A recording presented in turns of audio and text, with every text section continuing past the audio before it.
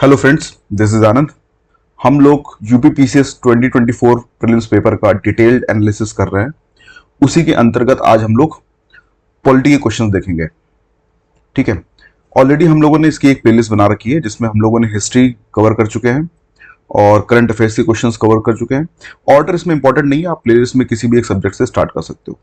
तो फिलहाल हम आज पॉलिटी देखेंगे। टोटल 22 क्वेश्चंस आए थे पॉलिटी से 2024 प्रीलिम्स में, तो ये काफ़ी इंपॉर्टेंट हो जाता है।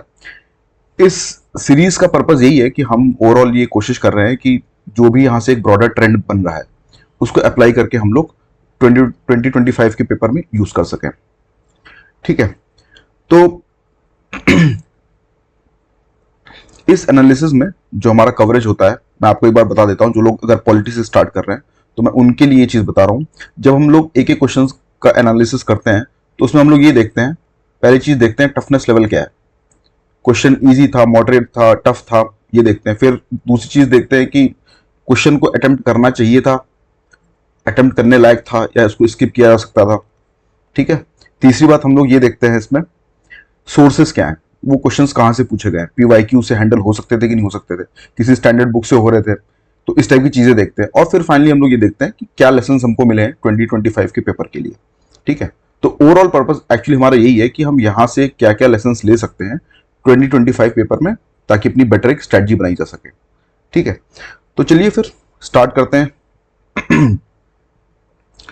पहला क्वेश्चन आपको ये बोल रहा है, पहला क्वेश्चन आपके सामने है। According to Lokpal and Lokayukta act 2023, the Lokpal would be appointed by the president after obtaining the recommendations of a selection committee with the prime minister as chairperson and consisting among others of the following. ठीक है, actually ये बोल रहा है कि लोकपाल और Lokayukta act जो 2013 का है उसके अंतर्गत एक्चुअली ये होता है, जब लोकपाल को अपॉइंट किया जाता है तो उसकी अपॉइंटमेंट प्रेसिडेंट किसके द्वारा करता है, एक सिलेक्शन कमेटी के द्वारा करता है। ठीक है, एक सिलेक्शन कमेटी बनाई जाती है जिसका काम ये होता है कि वो रिकमेंड करता है प्रेसिडेंट को, सिलेक्शन कमेटी रिकमेंड करती है कि इन ये हम आपको नाम दे रहे हैं, इनको आप लोकपाल बनाइए। अब ये आपसे पूछ रहा है कि इस सिलेक्शन कमेटी का पीएम जो है वो चेयरपर्सन है, और आपको ये बताना है कि इसमें से बाकी इनमें से कौन से ऐसे लोग हैं जो उस सिलेक्शन कमेटी के मेंबर हैं। ये है पूरा क्वेश्चन। अब देखो, ये क्वेश्चन आपको देखने में बहुत टफ लग रहा होगा, मुझे पता है क्वेश्चन काफी लोगों को बहुत टफ लगा हो, बहुत लोगों ने छोड़ भी दिया होगा। लेकिन मैं आपको एक चीज बताऊं, देखो अब एक बात तो हो सकती है किसी ने एग्जैक्टली ये पढ़ा हो सिलेक्शन कमेटी के मेंबर कौन कौन होते हैं। ठीक है, जिसने ये चीज पढ़ी होगी वो 100% क्वेश्चन सही कर लेगा। लेकिन अब मैं आपको ट्रिक बताता हूँ इसको सॉल्व करने का। सिंपल से देखो, दिमाग ऐसे अप्लाई करना होता है। इनफैक्ट बहुत क्वेश्चन आपको ऐसे मिल जाएंगे जहां पे आपने अगर दिमाग लगा दिया ना थोड़ा बहुत, तो भी आपके हैंडल हो जाते हैं। ये क्वेश्चन एग्जैक्टली वैसा ही है। सिलेक्शन कमेटी की बात है, इसमें आपको क्वेश्चन में ही बोल रहा है प्राइम मिनिस्टर जो है वो चेयरपर्सन है उस कमेटी के। ठीक है, प्राइम मिनिस्टर चेयरपर्सन है। अब एक बात आप खुद सोचो, अगर किसी कमेटी का चेयरपर्सन पीएम है, ठीक है, चेयरपर्सन बड़ी बात हो गई, और कुछ एक चेयरपर्सन होगा और बाकी लोग मेंबर होंगे। ठीक है, एक चेयरपर्सन होगा, चेयरपर्सन और बाकी लोग मेंबर होंगे। अगर चेयरपर्सन ही पीएम है तो आपको क्या लगता है, मेंबर वाइस प्रेसिडेंट हो सकता है या प्रेसिडेंट हो सकता है? ये पॉसिबल ही नहीं है ना। वाइस प्रेसिडेंट कभी भी ऐसी कमेटी का मेंबर हो ही नहीं सकता जिसका चेयरपर्सन पीएम हो, क्योंकि ये बड़ी पोस्ट है, ये पीएम से बड़ी पोस्ट है। तो किसी भी ऐसी कमेटी में नहीं होगा जिसके चेयरपर्सन पीएम होंगे। ठीक है, तो यही से आपको हिंट मिल गया। आपको कुछ भी नहीं पता होता ना, ये सब बातें आपको कुछ भी नहीं पता होती, तो भी आप ये आंसर सिर्फ दिमाग लगा कर सकते थे। इसको बोलते हैं ट्रिक। ठीक है, एप्लीकेशन ऑफ माइंड इसको बोलते हैं। आप बस इतनी बात से कि ये जो चेयरमैन ऑफ राज्यसभा लिखा है ना यहाँ पे, अब चेयरमैन ऑफ राज्यसभा कौन होता है, वीपी होता है ना, तो ये तो हो ही नहीं सकता। जैसे आप इसको एलिमिनेट करते हैं, देखो इनफैक्ट ये क्वेश्चन बहुत ही क्या बोलते हैं अच्छे से फ्रेम किया गया है। आप उनको भी पता था कि हम इस पे बच्चों को टेस्ट कर रहे हैं। कुछ क्वेश्चन आयोग कभी भी अच्छे बनाता है, ऐसा नहीं है कि हर बार वो गलत क्वेश्चन ही बनाता है। ये अच्छे क्वेश्चन में लाई करेगा। देखो, दो आप जैसे एलिमिनेट करते, ये हट जाता, ये हट जाता, ये हट जाता, सीधे आंसर आ जाता आपके पास। ठीक है, तो ये इसीलिए मैं बोल रहा हूँ काफी अच्छा क्वेश्चन था, ये आपको अटेम्प्ट करना चाहिए था, दिमाग लगाते हो जाता। कुछ भी ना जाने, इस आपको कुछ नहीं पता होनी चाहिए थी कौन है कौन नहीं, बस इतना पता होता है कि वाइस प्रेसिडेंट ऐसी कमेटी का मेंबर हो नहीं सकता जिसके चेयरपर्सन पीएम हो। इतनी नॉलेज से ही आप ये क्वेश्चन कर लेते हैं। ठीक है, तो इसमें देखिए बात ये है, चलो ठीक है, वैसे मैं आपको फिर भी सिलेक्शन कमेटी मेंबर बता देता हूँ। एक तो पीएम होते हैं, ठीक है, ये आपको वैसे भी पता होना चाहिए था क्योंकि मेंस में भी आप पढ़ते हो लोकपाल और लोकायुक्त की क्रिटिसिज्म भी पढ़ते हो, लिमिटेशन भी पढ़ते हो, और उनके पावर्स भी पढ़ते हो, तो इनफैक्ट सिलेक्शन कमेटी को भी कई बार यूपीपीसी पूछ सकते हैं, तो आपको पढ़ के ही जाना चाहिए। तो वहां से आपको पता होना चाहिए सिलेक्शन कमेटी में पीएम होता है, स्पीकर ऑफ लोकसभा होता है, लोकसभा का स्पीकर होता है, लीडर ऑफ अपोजिशन होता है, इसमें चीफ जस्टिस ऑफ इंडिया होता है, और one eminent jurist.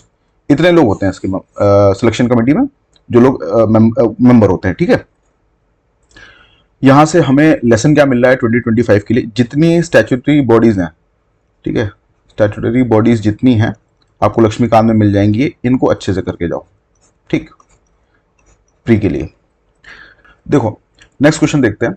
Next question आपको आपके सामने जो है वो ये बोल रहा है, the president shall not be a member of either of the house of parliament, the parliament shell consist of president and both the houses. देखो कंफ्यूज करने के लिए अच्छा क्वेश्चन बनाया, दिमाग लगाया इसमें, मॉडरेट लेवल पे मैं रखूंगा इस क्वेश्चन को। ठीक है, लेकिन ये मस्ट अटेम्प्ट क्वेश्चन है, ये क्वेश्चन आपको करना चाहिए था, दिमाग लगाना था आपको। यहाँ पे कंफ्यूज करने के लिए आपको ऐसा स्टेटमेंट बना के दिया गया है कि आपको ऐसा लगेगा यार इन दोनों बातें ट्रू हो ही नहीं सकती, जबकि इसका अपोजिट है, दोनों बातें ही ट्रू है। पहली बात ये कह रहा है president shall not be a member of either of the house of parliament, मतलब जब प्रेसिडेंट एक बार अपॉइंट, कोई भी आदमी अगर एक बार प्रेसिडेंट बन गया, तो अगर वो उसके पहले एमपी है, ठीक है, मेंबर ऑफ पार्लियामेंट है, तो उसको ये सीट छोड़नी पड़ेगी।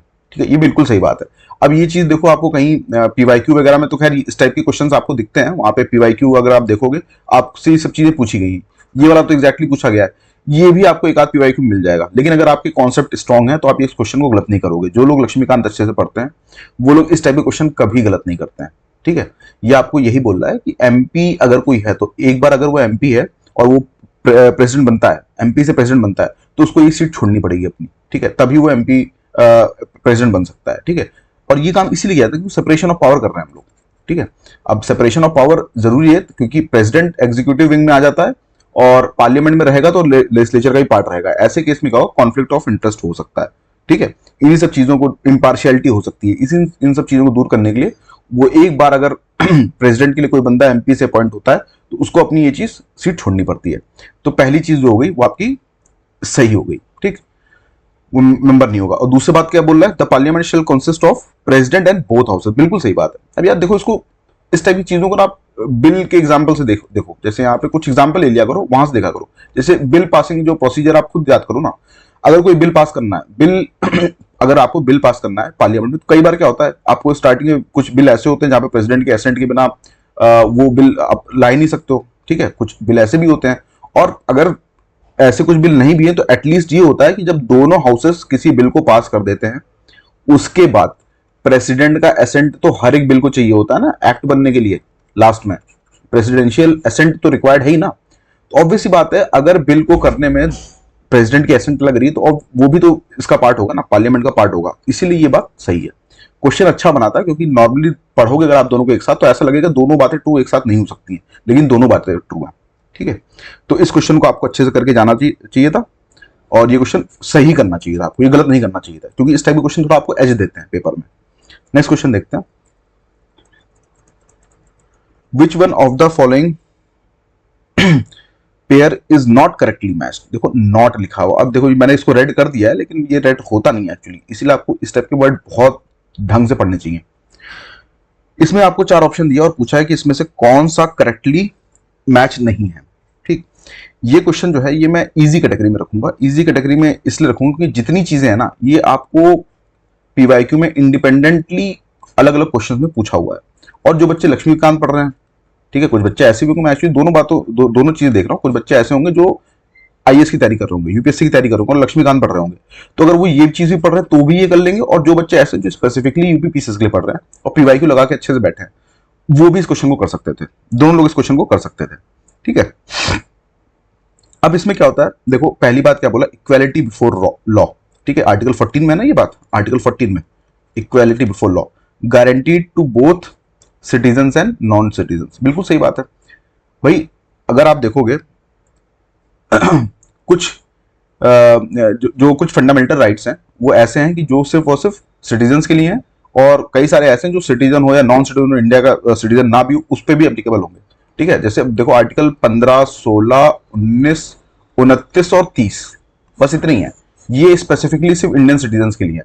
ठीक है, और बाकी जितने फंडामेंटल राइट्स हैं वो सबके लिए हैं, वो सब पे एप्लीकेबल होंगे, चाहे वो इंडिया का सिटीजन हो चाहे ना हो। ठीक है। नॉर्मली आप देखना जो ऐसे नेचुरल राइट्स टाइप की चीजें होती है ना, जो ऐसा लगता है कि यार इंसान के सर्वाइवल के लिए जरूरी है, वो ऑब्वियसली बात है दोनों के लिए एप्लीकेबल होंगे।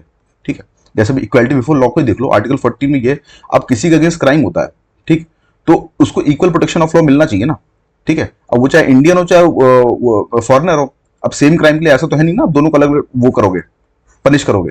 ठीक, ये चीज तो देखोगे नहीं कि इंडियन सिटीजन है उसका खून हो गया, या इंडियन सिटीजन नहीं उसका खून हो गया, तो दोनों के लिए अलग पनिशमेंट होगी। ठीक, तो इस वजह से क्या है, इस टाइप की चीजें जो होती हैं वो सही है, सिटीजन नॉन सिटीजन दोनों पे है। दूसरा देखो, इक्वालिटी ऑफ अपॉर्चुनिटी की बात कर रहा है, guaranteed only to public employment Indian citizen के लिए। ठीक है, ये थोड़ा सा गलत लिख गया है शायद, guaranteed only in public employment to Indian citizen होना चाहिए था। ठीक है, इक्वालिटी ऑफ अपॉर्चुनिटी, ठीक, अब मैंने आपको बताया इक्वालिटी ऑफ अपॉर्चुनिटी किसमें, आर्टिकल 16 में। ये देखो आर्टिकल 16 यहाँ पे, ठीक है, ये इंडियन सिटीजन के लिए ही है बस। तो भाई कोई बंदा अगर कल को मान लो पीसीएस बनना चाह रहा है, ठीक है, अगर वो पीसीएस बनना चाह रहा है, तो पब्लिक एम्प्लॉयमेंट है ना, आप कोई नॉन सिटीजन पीसीएस नहीं बन सकता, वो रिजर्व किया हुआ हम लोगों ने, सिर्फ इंडियंस ही बन सकते हैं वहां पे। ठीक, तो ये बात यहां से ये निकल के आती है। अगली चीज देखो, क्रिएटिंग अ न्यू स्टेट, नया राज्य बनाना किसका प्रेरोगेटिव है, पार्लियामेंट। बिल्कुल सही बात है, याद कर लो आप, हिस्टोरिकली याद करो, जितनी बार भी, अगर आपको ऐसे भी नहीं याद आ रहा है, वैसे याद तो होना चाहिए ये बात, क्योंकि पीवाईक्यू में पूछा गया है कई बार, लेकिन अगर नहीं भी याद आ रहा तो आप खुद याद कर लो, जब उत्तराखंड बना था तो वो पावर ऑफ पार्लियामेंट थी, पार्लियामेंट ने एक्ट पास किया था, उसके बाद बना था। ठीक है, तेलंगाना जब बना था अभी रिसेंटली तो भी ऐसे ही हुआ था। इंडिया एक तरीके से indestructible union of destructible states है। ठीक है, तो आपको ये बात बताना चाहिए, कोई भी स्टेट नया बनाना है तो वो सब पार्लियामेंट का ही काम है। और altering the name of a state, power of, ये गलत है। अरे यार, अगर ये चीज होती तो पता नहीं कितने बार स्टेट्स के नाम बदल गए होते। ऐसा नहीं है, ये काम भी किसी स्टेट की बाउंड्री छोटी बड़ी करनी है, उसका नाम बदलना, ये सारे काम पार्लियामेंट के ही हैं। ठीक है, तो इसलिए ये नेक्स्ट क्वेश्चन assertion रीजन है, according to the constitution of India same person can not function as governor of two और more states at the same time. मतलब ये कह रहा है कि एक आदमी एक बार में एक से ज्यादा स्टेट का गवर्नर नहीं हो सकता। ठीक है, जैसे मान लो अगर कोई गवर्नर है, यूपी का गवर्नर है, तो एट द सेम टाइम मान लो अभी हरियाणा के गवर्नर ने रिजाइन कर दिया, तो ये कह रहा है कि अब ऐसे समय में यूपी का गवर्नर को हम ये चार्ज नहीं दे सकते कि वो हरियाणा का गवर्नर बन सके। गलत है ये। ठीक है, इतनी बात अगर पता होती आपको तो ये पूरे क्वेश्चन पढ़ने की जरूरत ही नहीं थी, यहीं से आंसर आ जाता बी। अब ये देखो, ये पीवाईक्यू का क्वेश्चन नहीं है। जो बच्चे घटना चक्र वगैरह लगाते हैं वो, मुझे नहीं लगता अगर सिर्फ पूरी तरह इस पर रिलाई कर रहे हैं तो सही कर पाएंगे। हाँ, लक्ष्मीकांत पढ़ रहे हो आप, तब ये क्वेश्चन आपका डेफिनेटली सही होना चाहिए था, जो लोग लक्ष्मीकांत पढ़ के जाते हैं, क्योंकि उसमें क्लियरली बात ये लिखी है, गवर्नर, एक स्टेट का गवर्नर, उसको एक अतिरिक्त भार दिया जा सकता है अगर आसपास की किसी स्टेट में वैकेंसी है, तो वहां पे भी उसको वहां का governor eight the same time बनाया जा सकता है, मतलब वो दोनों जगह पे एक साथ गवर्नर रह सकता है। ठीक है, तो ये बात जो होगी ये हो गई गलत। अब जब ये गलत हो गई तो बस यही आंसर ही बचेगा, और आपको बाकी पढ़ने की जरूरत भी नहीं थी। लेकिन फिर भी आप देख लो उसको, article 153 states that there shall be a governor for each state. ठीक है, आर्टिकल 153 में, पीवाईक्यू में कई बार ये चीज मेंशन है। ठीक है, अब इस टाइप का जो क्वेश्चन होता है, ये आप देखो, ये था तो वैसे मॉडरेट ही बोलूंगा मैं, बहुत टफ क्वेश्चन नहीं था, इतनी से अगर फैक्ट पता होता तो काम हो गया होता। जो यूपीएससी वाले बच्चे होते हैं वो कभी भी इस टाइप के क्वेश्चन गलत नहीं करते हैं। ठीक है, तो मैं आपको रिकमेंड ये करूंगा, आगे 2025 के लिए लक्ष्मीकांत ढंग से पढ़ के जाओ, लक्ष्मीकांत ढंग से पढ़ के जाओ। अभी आगे और भी क्वेश्चन आएंगे जो आपको दिखेगा कि हाँ, लक्ष्मीकांत का वेटेज काफी अच्छा था। नेक्स्ट क्वेश्चन है, आपको 53, 153, 54, 55, 56 ये आर्टिकल के नाम दिए थे और डिस्क्रिप्शन दिए थे। देखो, सब खास करके ये दोनों पीवाईक्यू में कई बार पूछे जा चुके हैं। ठीक है, ऑलमोस्ट ये सारे पूछे गए, लेकिन मैं कह रहा हूं अगर आपको सिर्फ ये दोनों भी पता होते ना, सिर्फ ये वाला पता होता, क्योंकि ये दोनों कई बार पूछे गए एक्चुअली, तो इतना ही पता होता, आपका काम यहाँ पे हो गया होता। देखो, आर्टिकल 155 क्या बोलता है, आर्टिकल 155 जो है ना, वो रिमूवल से रिलेटेड नहीं है, वो अपॉइंटमेंट से रिलेटेड है एक्चुअली, अपॉइंटमेंट ऑफ गवर्नर से रिलेटेड है, अपॉइंटमेंट ऑफ गवर्नर से रिलेटेड है ये, रिमूवल से नहीं है।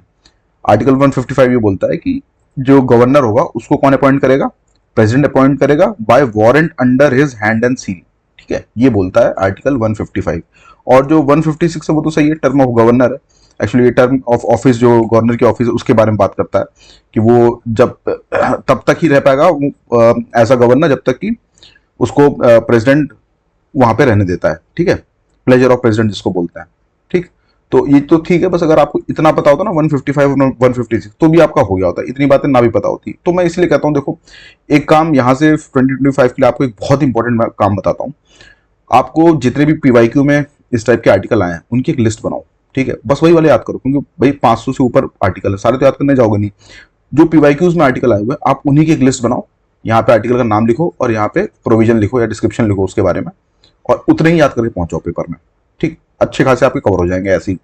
तो इस टाइप के क्वेश्चन आप गलत नहीं करोगे। अब जैसे ये सब जानने की आपको जरूरत ही नहीं थी, 155 156 कई बार पूछा गया है, तो इतना भी अगर आपको पता होता तो आपका आंसर निकल गया होता, जानने की जरूरत नहीं पड़ती आपको बाकी चीजें।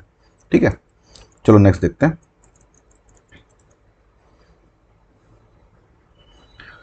नेक्स्ट क्वेश्चन बहुत ही सिंपल है यार, ये बहुत बार पूछा जा चुका है इस टाइप की चीजें। ठीक है, और ये देखो यहाँ से एक बात ये भी निकल के आ रही है, हाँ ठीक है, ये बहुत बार पूछे गए, ऐसा नहीं कि ये पहली बार पूछा जा रहा, तो आपको ये तो पता ही होना चाहिए। कंसोलिडेटेड फंड ऑफ इंडिया किस में बात करी गई है, इसकी 266 में बात करी गई है। फाइनेंस कमीशन 280 आर्टिकल है ये।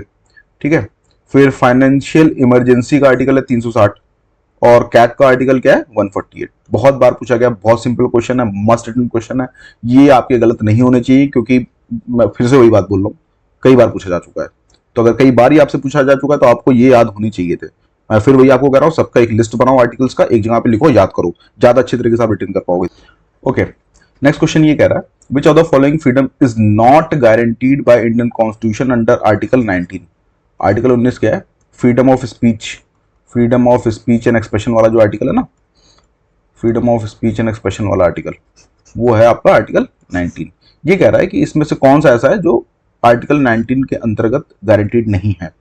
ठीक, इसका सिंपल सा आंसर देखो, फ्री, ये तो हो नहीं सकता ना, ये मैं इसको फिर से सिंपल कैटेगरी में रखूंगा, क्योंकि इतना सबको पता होता है ना कि जो राइट टू प्रॉपर्टी जो थी, ठीक है, पहले तो वो एफआर थी, पहले फंडामेंटल राइट थी, और ये गारंटी होती थी आर्टिकल 31 और आर्टिकल 19 के प्रोविजंस के अंतर्गत। ठीक है, खास करके आर्टिकल 31। तो पहले तो राइट टू प्रॉपर्टी जो थे फंडामेंटल राइट थी, लेकिन 44th constitutional amendment act, constitutional amendment act 1978 के अंतर्गत इसको लीगल राइट बना दिया गया था, लीगल राइट बना दिया गया था, और एक आर्टिकल इंट्रोड्यूस करके आर्टिकल 300A।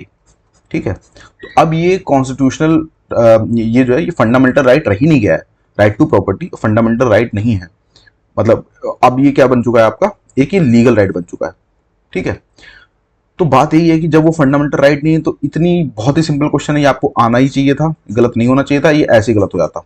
और बाकी रही बात इसकी आगे के पेपर्स के लिए, आप एक चीज ये ध्यान रखना, जितने भी ये होते हैं ना आपके क्या बोलते हैं फंडामेंटल राइट, सारे इंपॉर्टेंट है, सारे फंडामेंटल राइट आप याद करो, सारे के सारे। ठीक है, अब और इनफैक्ट इनके सब क्लॉज भी याद कर लो। अब वो उनका ऑर्डर इंपॉर्टेंट नहीं है, लेकिन जैसे आर्टिकल 19 अगर आप देखोगे तो इसमें क्या होता है, 6 इसमें आपको फ्रीडम मिलती है। ठीक है, उनको याद करने का तरीका अपना बना लो, जैसे मैंने जब पढ़ रहा था तो मैंने ऐसे बना लिया था, SAAMRP। ठीक है, एस से आपका हो गया स्पीच, ठीक है, फ्रीडम ऑफ स्पीच, ए से हो गया असेंबल, दूसरे वाले ए से हो गया एसोसिएट, ठीक है, और फिर एम से हो गया मूव, आर से हो गया रिसाइड, और पी से हो गया प्रैक्टिस। ठीक है, मतलब freedom of speech and expression यहां से हो गया, ये हो गया आपका असेंबली, मतलब कहीं पे भी आप पीसफुली असेंबल कर सकते हो।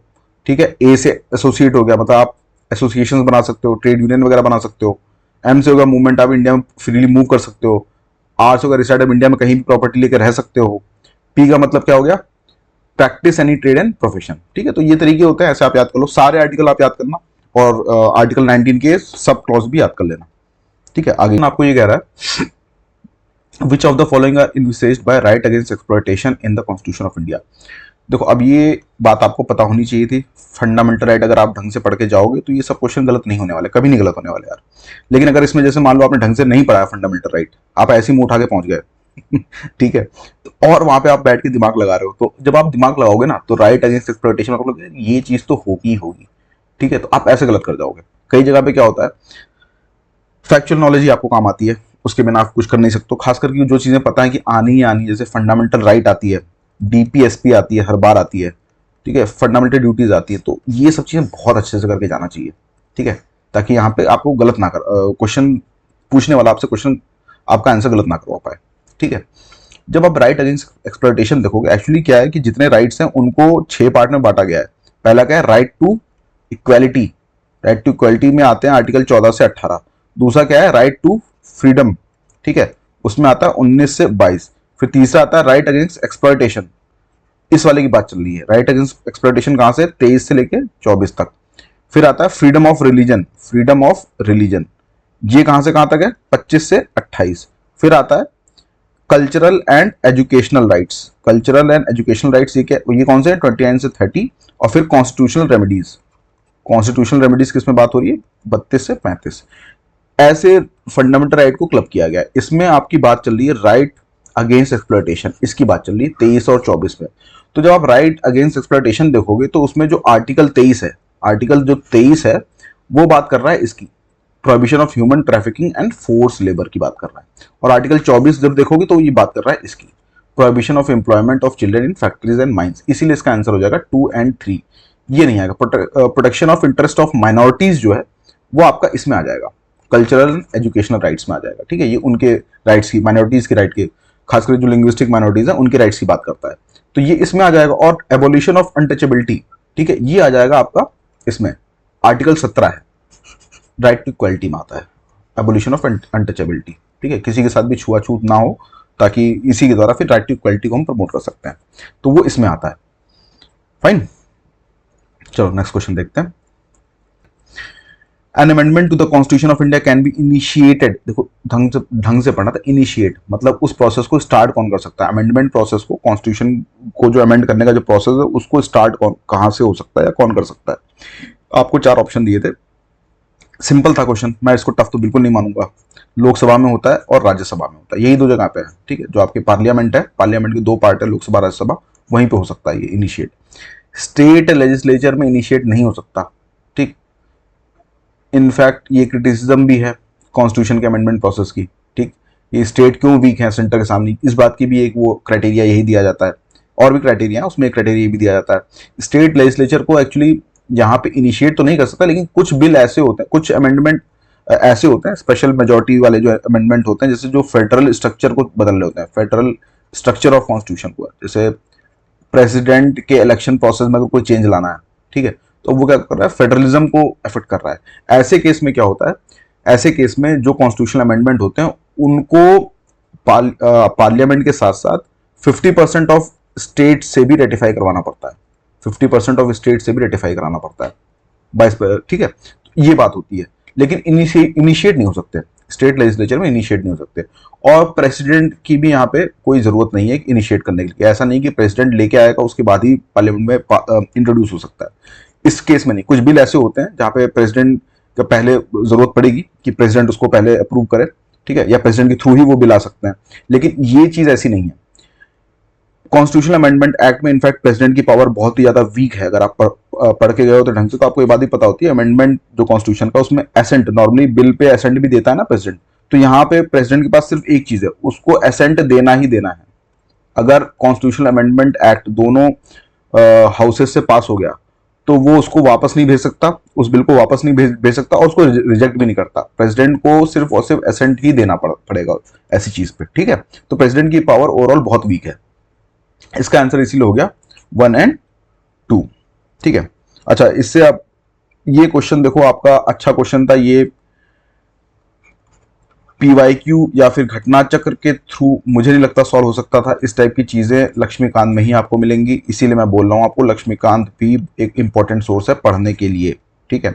और 2025 के पेपर के लिए आप एक चीज और करना, जो अमेंडमेंट प्रोसेस है, ठीक है, अमेंडमेंट प्रोसेस है, आर्टिकल 368 के अंतर्गत आपको एक पूरा चैप्टर मिल जाएगा लक्ष्मीकांत। उसमें कुछ सिंपल मेजोरिटीज हैं, कुछ स्पेशल मेजोरिटीज होते हैं, कुछ स्पेशल मेजोरिटी प्लस 50% स्टेट के रेटिफिकेशन, तो ये सब ढंग से देख के जाओ।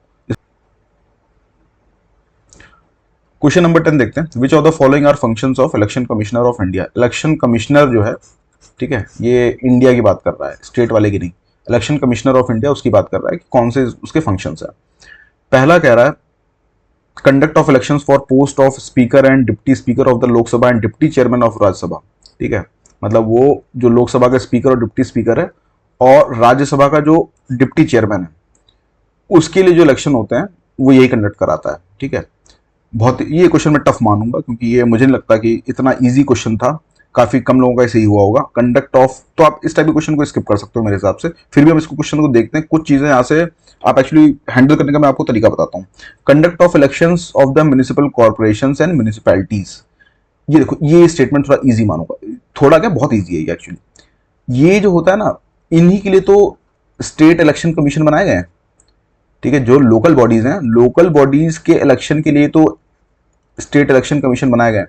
ठीक, तो आपको ये तो पता होना चाहिए था कि ये चीज, और लोकल बॉडीज में क्या होता है, पंचायती राज इंस्टीट्यूशंस हो जाती हैं। ठीक, और अर्बन लोकल बॉडीज हो जाती हैं। ये अर्बन लोकल बॉडीज की बात कर रहे हैं यहाँ पे। तो इनका जो इलेक्शन होगा वो ये क्यों कराएगा, तो ये हो गया गलत। ये इजी को ये इजी स्टेटमेंट था, तो अगर ये गलत हो गया तो ये चला गया, ये चला गया, अब बची ये दो। इसका मतलब ये है कि मुझे लग रहा है मैंने गलत काट दिए, सॉरी। अगर दो गलत हुआ तो ये चला गया और ये चला गया, ये बचा और ये बचा। अब देखो इसमें बात ये, अगर 1 और 3 में से कोई एक भी अगर गलत हो गया तो ये आंसर तो नहीं हो सकता, फिर तो ये आंसर होगा। तो अब देखते हैं इजी वाला कौन सा है इन दोनों में से। तीसरा बोला deciding on all doubts and dispute arising out of the above election. अब ये देखो इलेक्शन कमीशन ऐसा करता है, ये थोड़ा टफ है बता पाना, क्योंकि इसमें से इनफैक्ट ये वाला स्टेटमेंट थोड़ा इजी था। कंडक्ट ऑफ इलेक्शन, ये देखो स्पीकर और डिप्टी स्पीकर जो होते हैं, और लोकसभा स्पीकर और डिप्टी स्पीकर लोकसभा के और डिप्टी चेयरमैन ऑफ राज्यसभा के, ये इलेक्शन कमीशन नहीं कराता। Actually election commission president, vice president, ठीक है, इन सब का इलेक्शन कराता है और पार्लियामेंट का इलेक्शन कराता है। ठीक है, लोकसभा और राज्यसभा का। तो अब देखो इलेक्शन कमीशन इनका इलेक्शन कराता है, लेकिन जो ये स्पीकर और डिप्टी स्पीकर होते हैं ना, और ये डिप्टी चेयरमैन होता है, ये इंटरिम प्रोसेस होता है, मतलब हाउस के अंदर ही इंटरिम प्रोसेस होता है, उसी के तहत इनका इलेक्शन होता है। इनमें स्पीकर का हाथ नहीं होता है। तो अगर आपको ये बात पता होती तो आप यहीं से निकाल लेते कि 3 गलत है। तो अगर 3 गलत है तो ये भी नहीं हो सकता, तो आंसर यही होता। ये आपको जानने की जरूरत भी नहीं पड़ती। ठीक है, और वैसे ये जो है ना, ये काम हाई कोर्ट का है। चलो नेक्स्ट देखते हैं। टफ क्वेश्चन था, इसको मोस्ट प्रोबेबली आपको स्किप कर देना चाहिए था, और ये पीवाईक्यू से हैंडल भी नहीं होता, इसके लिए आपको लक्ष्मीकांत अच्छे से पढ़ा होना चाहिए था। नेक्स्ट क्वेश्चन है, article 352 of the Indian constitution deals with declaration of emergency. बहुत ही सिंपल स्टेटमेंट है, सबको पता होगा। 352 जो है वो इमरजेंसी डिक्लेयर करने के लिए यूज होता है। अच्छा, अब असर्शन रीजन का है, तो ये कह रहे हैं कि इसका रीजन क्या, an emergency may take place at any time. अब देखो यहां पे क्या हो रहा है, अगर आप इन दोनों को एक साथ पढ़ोगे, देखो ये बात तो गलत हो गई, ये गलत हो गई। मैक्सिमम बच्चे इसमें और इसमें कंफ्यूज हुए होंगे, इन दो ऑप्शंस में।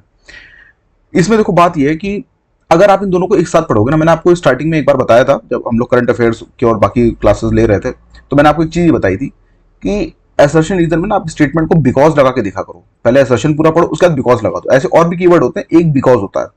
तो अब बिकॉज लगा के देखो, तो अब देखो कोई सेंस ही नहीं बन रहा। Article 352 of Indian constitution deals with declaration of an emergency because an emergency में take place at any time. अब इसका क्या मतलब बन रहा है, कोई एक साथ, इसका मतलब ये हुआ जो रीजन होता है ना, रीजन को एक्चुअली असर्शन को सब्सटैंशिएट करना चाहिए, ठीक है, और क्लियर करना चाहिए, लेकिन ये उसको कोई रिलेशन ही नहीं बन रहा, क्योंकि ये बात कर रहा है कि आर्टिकल 352 जो एक आर्टिकल है वो किस लिए यूज होता है, डिक्लेयर करने के लिए इमरजेंसी को।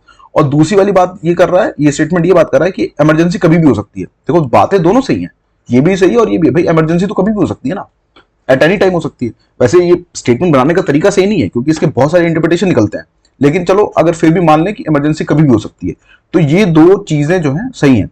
लेकिन आप ये भी देखो, ये इसको एक्सप्लेन नहीं कर रही है, इसीलिए ये हो गया गलत। ठीक है,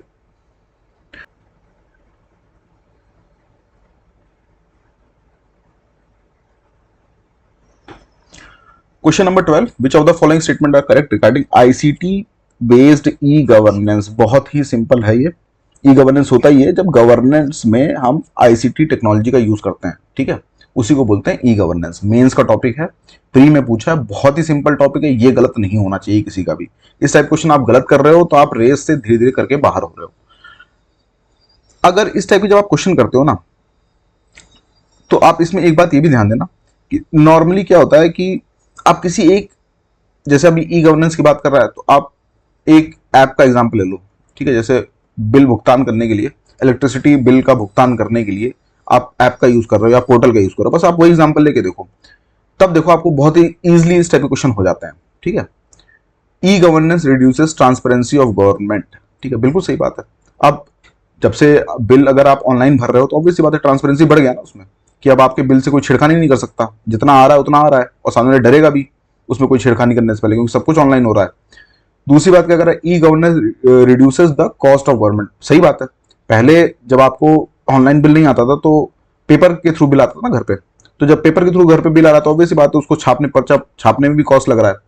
तो ऐसे करके विजुलाइज करके देखो तो ये बात भी सही है कि कॉस्ट कम हो जाती है गवर्नमेंट के लिए। E governance increases citizen input into the government. बिल्कुल सही बात है। अब जब इस टाइप के ऐप बन गए, इस टाइप के पोर्टल आ गए, मान लो कि आपके बिल में आपको कोई दिक्कत है, शिकायत लग रही है कि यार बिल ठीक से जनरेट नहीं हुआ या इतना नहीं आना चाहिए था, तो आप कंप्लेन कर सकते हो। ऑनलाइन ग्रीवियंस रिड्यूसल मैकेनिज्म होते हैं, तो ये बात भी एकदम सही है। फिर चौथी बात है, e governance increases bureaucratic red tapism. अरे ये तो उल्टी बात कर दिया ना, ये एक्चुअली डिक्रीज करेगा ना। ब्यूरोक्रेटिक रेड टेपिज्म का मतलब क्या है कि जो ब्यूरोक्रेट्स हैं, जो बाबू लोग बैठे हैं वहां पे, ठीक है, या बाबू लोग और उनके ऊपर के अधिकारी, वो लोग क्या करें, काम नहीं करना चाह रहे हैं। लेकिन अब ई गवर्नेंस इसी चीज को तो हटा रहा है, क्योंकि अब अकाउंटेबिलिटी बढ़ गई है, तो अब इनको काम करना पड़ेगा। ट्रांसपेरेंसी बढ़ गई है और अकाउंटेबिलिटी बढ़ गई है, ये सब आने की वजह से। तो वो काम नहीं करेंगे तो ऑब्वियसली बात है वो विजिबल होगा, और विजिबल होगा तो उनके अगेंस्ट एक्शन लिया जाएगा। तो ये बात गलत हो गई। ठीक है, तो इसका आंसर क्या हो गया?